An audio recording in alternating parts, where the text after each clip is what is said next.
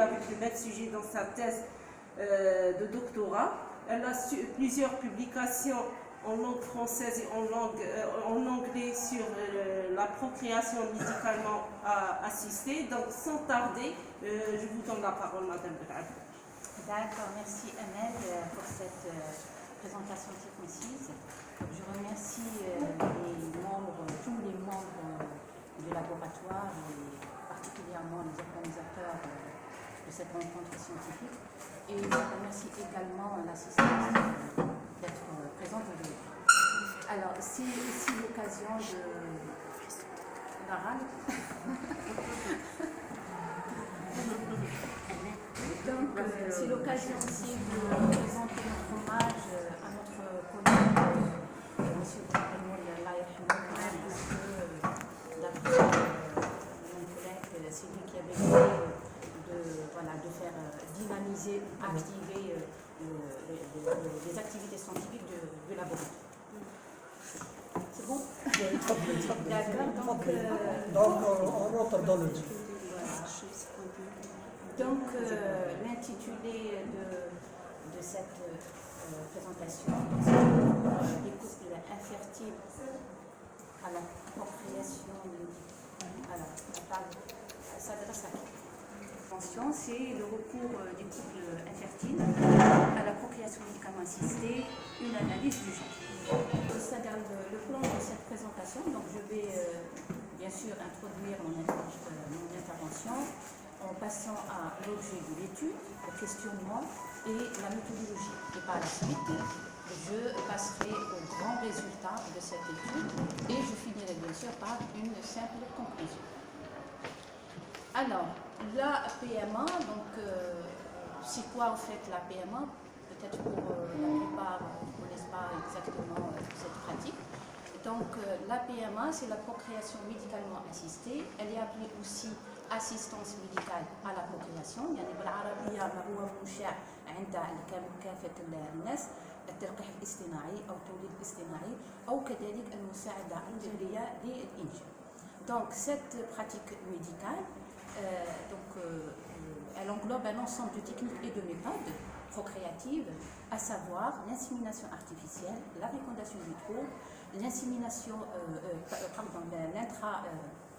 l'intrajection cytoplasmique, c'est-à-dire l'ICSI, et enfin, et la dernière technique, c'est la vitrification des embryons, c'est-à-dire la congélation des embryons. Alors, cette technique médicale, elle est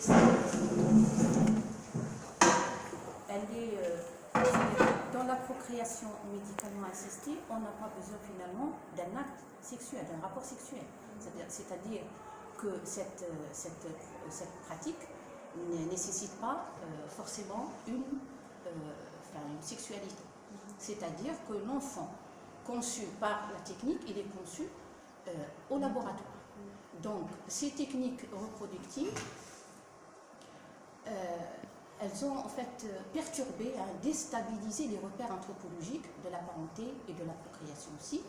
Et donc, elle a déstabilisé en fait les représentations sociales et culturelles de l'enfantement et de la naissance d'un enfant. Comment cela? C'est à partir d'un déplacement de lieu de fécondation, c'est-à-dire du foyer vers l'institution médicale, et aussi un glissement de l'intimité naturelle, l'intimité charnelle, c'est-à-dire tout ce qui est plaisir entre c'est-à-dire le couple. Donc ça passe par une intervention médicalisée. Et donc l'enfantement ou la naissance d'enfants, donc elle a été pénétrée par une technicité médicale. Donc ça, c'est de façon générale. Donc revenons en Algérie. La PMA, donc elle a été adoptée par, c'est-à-dire les décideurs ou le ministère de la Santé. C'était en fin des années 80. Et donc, c'était pas, c'est-à-dire, il n'y avait pas une loi qui autorise, donc c'est juste les initiatives des professionnels de la santé et spécialement la gynécologie et la médecine procréative. Et donc, ils ont continué à travailler cette pratique jusqu'en 91. D'ailleurs, en 91, c'était la première naissance par insémination artificielle en Algérie, enfin à Alger, à l'hôpital Parny. Et en 1994, c'était notre réussite ici à Oran. Et c'est exactement à la clinique El Mout. Donc par la suite, avec les événements c'est-à-dire de la décennie noire, hein, avec ce mouvement terroriste, pardon, donc les professionnels de la santé ont arrêté cette activité. D'accord? Mais la reprise de cette activité, de cette pratique, ça a été fait qu'à partir de la loi 2005, qui, en fait, le législateur algérien a légiféré, il a autorisé cette pratique. Donc cette pratique, elle reste beaucoup plus pratiquée dans le secteur privé, hein, et elle est coûteuse, hein, vraiment coûteuse, et aussi elle est incertaine. C'est-à-dire que les couples vont tenter, hein, de faire une insémination de fécondation in vitro, à savoir donc, si ça va être réussi ou non. Mais la majorité de ces pratiques, la majorité sont, c'est-à-dire le couple ne sort pas avec un enfant en. Donc ça, c'est-à-dire j'ai résumé, pardon, donc j'ai résumé la technique de PMA. Alors, la PMA, pourquoi la PMA? La PMA parce que donc, le couple il souffre d'avoir un enfant. Donc ils sont stériles ou ils sont infertiles et donc il y a la quête de sens, il y a la quête ils cherchent une solution. Donc c'est vrai, il y a des solutions, il y a c'est-à-dire un pluralisme de soins et de solutions. Donc ils recourent vers la médecine traditionnelle, voilà, mais ce qui nous intéresse ici, c'est le recours à la procréation médicalement assistée. Et donc ce recours-là, c'est-à-dire il est en quelque sorte obligatoire, c'est-à-dire que les couples, ils se voient obligés de passer par ce parcours.